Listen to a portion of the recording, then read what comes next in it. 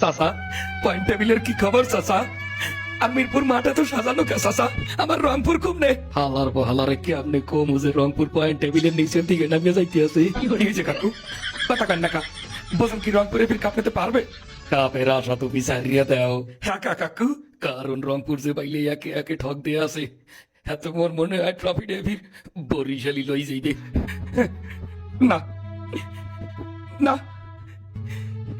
হইতে না, আমি বিশ্বাসই করি না, হইতে পারে না। আমার রংপুর সারা কাপ বরিশাল নিতে পারে না, নিতে পারে না।